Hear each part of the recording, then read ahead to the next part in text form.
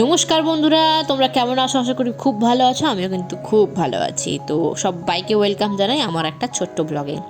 তো এখানে গান্ধীজির বাড়িতে কালকে আমার কিছু ভিডিও তোমার সাথে শেয়ার করা হয়নি, কারণ আমার অনেক ভিডিও শ্বশুরমশাই ফোনে ছিল। তো সেই ভিডিওগুলো নিলাম, তারপর তোমার সাথে শেয়ার করছি।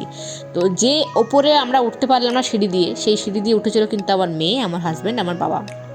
সেই ভিডিওটাই শেয়ার করছি। তখনকার দিনের রুমগুলো কেমন দেখতে ছিল, মানে গান্ধীজির বাড়িতে যারা যারা থাকতেন তারা কীরকম ঘরে থাকতেন, সেইগুলো কিন্তু শেয়ার করছি এই ভিডিওতেই। আরও অনেক কিছু আছে এই ভিডিওতে, তোমরা দেখতে থাকো ভিডিওটা, তাহলেই বুঝতে পারবে। আরও অনেক কিছু দেখিয়েছি এবং তার সাথে রইল সমস্ত তথ্য, সমস্ত কিছু দেখাবো। আমার মেয়ে জিজ্ঞেস করছে, মামাম দেখো কীরকম ঘরগুলো ভিডিওতে। তখন বলছে, আমি তখন বললাম যেরকম তুমি তোমার বিশজোড়ে বাড়িতে যাও, গ্রামের বাড়িতে যাও, সেরকম বাড়িগুলো দেখো না, সেরকমই তোমার এখানকার সেই আমলের বাড়ি আর কি, দেখে মনে হচ্ছে। তো উপর থেকে মেয়ে আমার মা করছিল, ডাকছিল ছাদে গিয়ে পড়ে। ঠিক ছাদ থেকে দেখতে পাচ্ছেন নিচটা কি সুন্দর দেখতে লাগছে, তাই না? আর সত্যি খুব সুন্দর কারুকার্য করে ডেকোরেশন করেছে, কিন্তু খুব সুন্দর দেখতে লাগছে। তো চলো বেশি বকবক করবো না। এরপরে চলে গেছিলাম কোথায় বলো তো? এরপরে চলে গেছিলাম সেই ভালকা তীর্থ। মনে আছে ভালকা তীর্থতে? ভালকা তীর্থতে পায়ের মধ্যে তীর বেঁধে কিন্তু কৃষ্ণের এখানে আঘাত হয়েছিল, আঘাত লেগেছিল। তো সেখানেও একটা ভিডিও মিস হয়ে গেছিলো, সেই ভিডিওটাও ছিল শ্বশুরমশাই ফোনে। তো সেখান থেকে নিলাম। দেখো গাছটা মানে জুম করে দেখিয়েছিলাম আমি এই ভিডিওতে। সেই ভিডিওতে দেখো গাছগুলোর পাতাগুলো এখনও পর্যন্ত লড়ছে।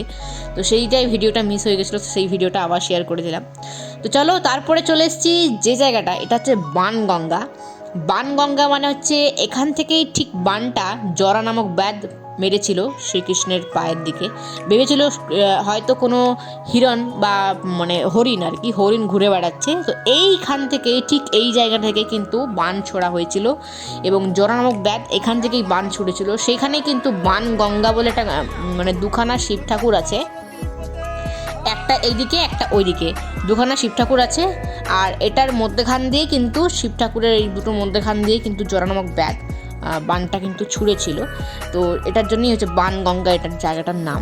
তো এত অপূর্ব দেখতে জায়গাটা, সেই ভিডিওগুলো অনেকটা শ্বশুরমশাই ফোনে ছিল, সেখান থেকে সমস্ত কিছু নিলাম এবং দেখাই। দেখো ওইদিকে কি সুন্দরভাবে এখনও এখান থেকে দেখতে পাওয়া যায় সোমনাথের যে মানে আরব সাগরের তীরে যে বুকে যে সোমনাথের এত সুন্দর মন্দির, সেই মন্দিরটা কিন্তু দেখতে পাওয়া যাচ্ছে এখান থেকেই। দেখো একদম একদম আরব সাগরের বুকে কিন্তু এই মন্দির, একদম আরব সাগরের পাড়ে দেখতে পাচ্ছ মন্দিরটা আছে। মানে কত শত্রুর আঘাত থেকে, মানে কত শত্রু যে আঘাত করেছিল এই মন্দিরটাকে ভেঙে দেওয়ার জন্য, নষ্ট করে দেওয়ার জন্য আর কি। এই দ্বাদশ জ্যোতির্লিঙ্গের এই প্রথম জ্যোতির্লিঙ্গ, এটাই হচ্ছে প্রথম জ্যোতির্লিঙ্গ। এতগুলো জ্যোতির্লিঙ্গ আছে, 12খানা জ্যোতির্লিঙ্গ, সব থেকে প্রথম জ্যোতির্লিঙ্গ হচ্ছে এটাই সোমনাথ। ঠিক আছে, তো চলো সেটাও তোমার সাথে শেয়ার করবো, কীরকম কী ভিতরে ভিডিও সেটাও শেয়ার করব, সেদিনের ভিডিও অবশ্যই শেয়ার করব। কিন্তু আজকের ব্লগে সেটা হয়তো হবে না, আমি পরের ব্লগে অবশ্যই শেয়ার করব। যেটা এইমাত্র পেরিয়ে গেল, এটা হচ্ছে সোমনাথের যাওয়ার যে মেন এন্ট্রেন্স, মেন গেট আর কি।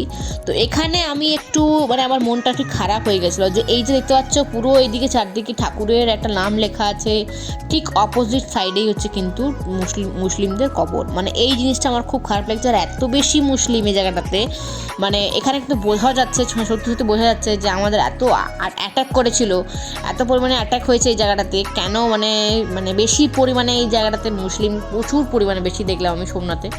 ঠিক আছে, তো সেটা কিন্তু দ্বারকাতে আমি গিয়ে পর্যন্ত দেখলাম না। তো এটা হচ্ছে ত্রিবেণী সঙ্গম। আমরা রাত্রেও এসেছিলাম, আমরা সকালেও এসেছিলাম, দুবার দর্শন করেছি, কারণ আমরা রাত্রেবেলাতে ভালোভাবে দর্শন করতে পারিনি। এত অজস্র পাখি, মানে পরিযায়ী পাখি, পাখিগুলোর নাম ঠিক আমি জানি না, হাঁসেরই কিছু প্রজাতি আর কি, যারা উড়তেও পারছে, তারা জলেও বসছে, আর এত সুন্দর খাবার খাচ্ছে। প্রথম দিন আমরা আটা নিয়েছিলাম আর ঘাস চাল নিয়েছিলাম, তো ওরা কিন্তু একদমই ওগুলো খাচ্ছে না, মানে আটাটা তাও খাচ্ছে, ঘাস চাল তো খাচ্ছেই না, ওরা একদমই ছুটছে না। তো কয়েকজন দেখলাম প্যাকেটে করে চিপস নিয়ে আসছে। দেখো ঘাস চাল দেওয়া হচ্ছে, একদমই ওরা আসছেই না, দূরে দূরে চলে যাচ্ছে। কিন্তু প্যাকেটে চিপস নিয়ে দেখলাম এত সুন্দর চিপস খাচ্ছে, ওটা দেখে আমরা মানে অবাক হয়ে পড়ে আমরা তার পরের দিন সকালবেলাতে ওই চিপসটা কিনেই আমরা ত্রিবেণী সঙ্গমে ঢুকেছিলাম। তো ত্রিবেণী সঙ্গমের প্রথম এই দর্শনটা ত্রিবেণী সঙ্গম করেছিলাম, তারপর পাশেও অনেক কিছু শিবলিঙ্গ ছিল। আর একটা ছিল হচ্ছে, সেটা হচ্ছে সব থেকে ডেঞ্জারাস জায়গা, সেটা হচ্ছে মানে পাণ্ডবদের গুহা। পাণ্ডবদের গুহা ঢুকতে গিয়ে লাস্টে আমি ওখানে শেষ হয়ে পড়বো, মানে মরে যাবো আর কি। মানে এতটাই সরু গুহা, ওটার কি ছোট্ট মুখ, মানে আমার মেয়েও ঢুকতে পারবে না ওইখানে। সে কি অজস্র লাইন, একটা গুহা, কিছুই নেই ভেতরে, গুহাতে কীরকম থাকতো ওরা পাণ্ডবরা সেটাই দেখানোর চেষ্টা করা হয়েছে। আমি মনে মনে ভাবছি যে ভীম কীভাবে ঢুকলো ওই গুহাটার মধ্যে দিয়ে, মানে সিরিয়াসলি এত ছোট্ট গুহা, মানে মুখটা সে এইটুকু আসে, সবাই শুয়ে শুয়ে নামছে আর মানে উঠছেও শুয়ে শুয়ে, হামাগুড়ি দিয়ে উঠতে হচ্ছে।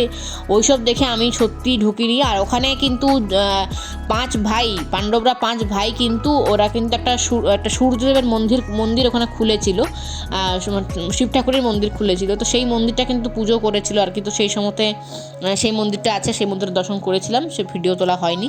তারপরে ওখান থেকে বেরিয়ে এসে আর আমরা কোনো মন্দির ঢুকিনি, একদম ঘুরে চলে এসেছিলাম হচ্ছে সোমনাথে। তো সোমনাথ দর্শন আমাদের হয়েছে খুব ভালোভাবেই। প্রথমবার দর্শন করেছি ভীষণ ভিড়ের মধ্যেখানে, কিন্তু সেকেন্ডবার যখন দর্শন করলাম তখন একদম ফাঁকা ছিল। মানে জাস্ট তখন ঠাকুরকে আর কি স্নান টান করি, পরিষ্কার করছে আর কি, মানে একদম শয়ন দেবে আর কি, তো সেই পরিষ্কার করছিল আর কি। তো জাস্ট আরতিটা শেষ হয়েছে, তারপরে কিন্তু আমরা লাইনে ঢুকেছিলাম আর কি। তো লেটই হয়ে গেছে বলতে গেলে, আর আমরা লেটে পৌঁছেছি, তারপর অনেক কিছু দেখতে দেখতে এসেছি, তো সেজন্য আমাদের অনেকটাই লেট হয়েছিল।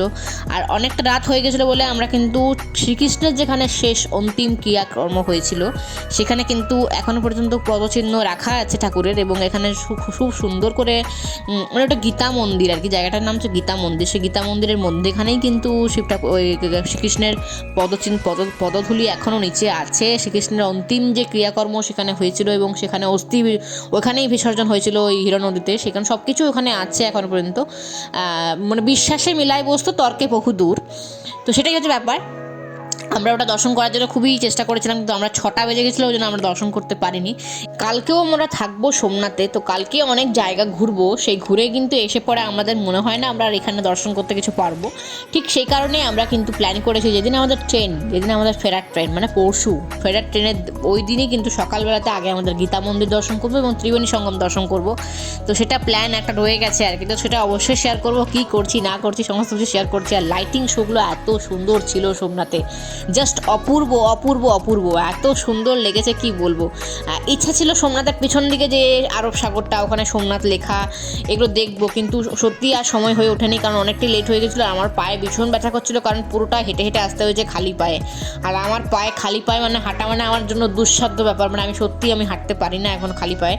আর পাথর লাগলে তো হয়েই গেল পায়ের মধ্যে, তাহলে আমি ওখানেই বসে পড়বো, এত লাগছিল, ব্যথা হচ্ছিলো খুবই। চলো ভিডিওটা আজকে এখানে এন্ড করে দিচ্ছি, কালকে রইলো আরও অনেক কিছু। নেক্সট ব্লগ দেখতে কিন্তু একদমই ভুলো না, দেখা হচ্ছে পরের ব্লগে, ততক্ষণ যেন খুব ভালো থেকো, অল টাইম স্মাইল করতে ভুলো না, smile is the best medicine. তো আজকে রইলো পুরো সোমনাথের ভিডিওটা, কালকে দেখাবো আরও অনেক কিছু, যাবো আমরা যেখানে সেখানে সমস্ত তোমাদেরকে নিয়ে যাবো। চলো দেখা হচ্ছে পরের ব্লগে, টাটা।